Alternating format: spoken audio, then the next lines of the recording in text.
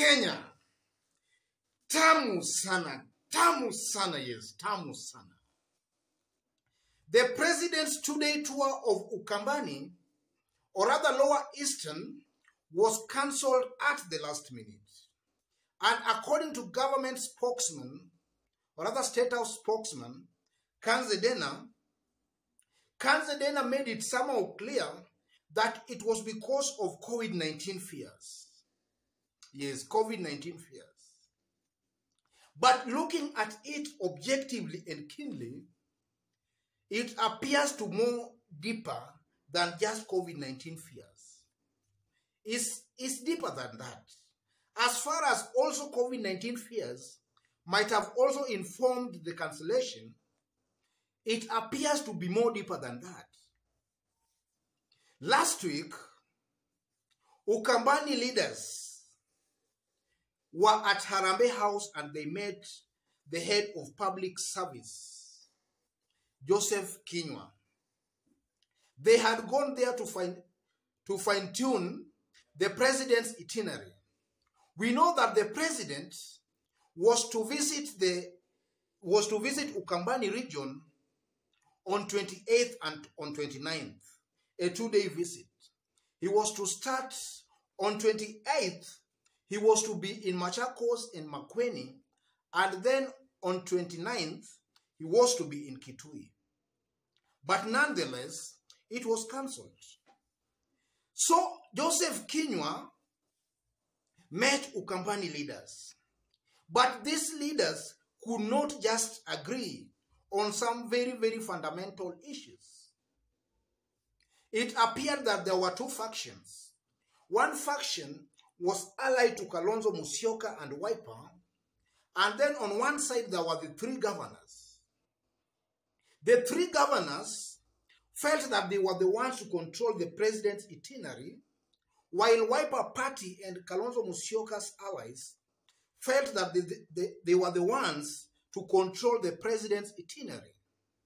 So there were two wish lists, one from the governors and one from Wiper Party and their leadership. Yes.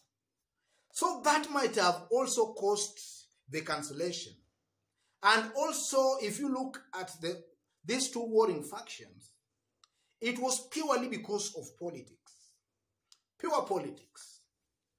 Because just to start with, the president's first day itinerary was to start in Machakos. In Machakos, he was to inspect Konza Technopolis, popularly known as Konza City. We all know that Konza City started as Jubilee government was coming to power. And at that time, Kalonzo Musyoka and Johnston Muthama were still reading from the same page. They were in the opposition. And then Governor Alfred Mutua appeared at that time that he was leaning towards Jubilee government. Yes. So, at one point, Konza Technopolis had to stall because of the local politics and disagreements there. And then later again it started in 2018. As I talk, it's in the first phase. It's in the first phase. So, the three Ukambani governors were of an opinion that now if the president was to inspect Konza City, then the person who ought to take the lead role in walking him around was none other than Machakos Governor Alfred Mutua. Because it's widely believed that Alfred Mutua has been really playing a lead role in facilitating the whole initiative, while Muthama and Kalonzo Musyoka have been frustrating that initiative. And sometimes back in an interview, Alfred Mutua also insinuated something similar to that. He made it clear that Kalonzo Musyoka and Muthama, or rather Kalonzo through Muthama, never wanted Konza Technopolis to take on well because they believed, or rather they had an opinion, that should the initiative succeed, then it was Governor Alfred Mutua who was going to take the credit. And that would just build him politically in Ukambani as a whole. So Governor Mutua at that time insinuated that Kalonzo and Muthama were trying to do all they could do to make sure that the project stalled. So the three governors were of an opinion that if the president was there to inspect the project, it was Governor Alfred Mutua who was to take the lead role in walking the president around. That's one area that really caused a lot of disagreements. So that was to be the president's first day. And then on the same day of the president's tour, he was also to go and inspect Twake Dam. Twake Dam is largely in Makueni County. So the three Ukambani governors already had prepared a petition that they wanted to give to the president. Twake Dam is estimated to cost about 63 billion. So the three Ukambani governors was of an opinion that 30% of the 63 billion should go directly to the residents of those areas. How was it go directly to the residents? They were of an opinion that those who were able to afford should be subcontracted as long as they are residents of those counties. They were at least to be subcontracted so that they could get at least 30% of the 63 billion.